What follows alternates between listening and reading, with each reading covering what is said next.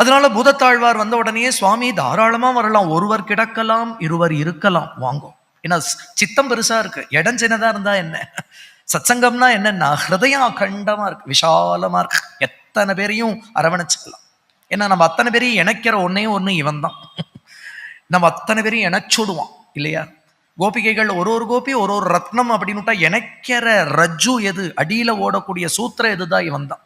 சூத்திரே மணிகணா இவ அப்படின்னு ஒரு ஒரு கோபியும் ஒரு ஒரு ரத்னம், அதை இணைக்கிற அதனால அத்தனை பேரையும் கட்டிடுவான், அத்தனை பேரையும் சேர்த்துடுவான். இவர் வந்தார், ரெண்டு பேருமா சேர்ந்துட்டு பகவத் அனுபவம் பண்ணிட்டு இருக்கா. சபாஜயந்தே மம பௌருஷாணி அப்படின்னு பகவான் கபிலோபாக்கியானத்துல அவன் அம்மா தேவஹூதி கிட்ட அழகா சொல்றான், என் பக்தாள் சேர்ந்தா என்னை பத்தி தான் பேசின்னு இருப்பா.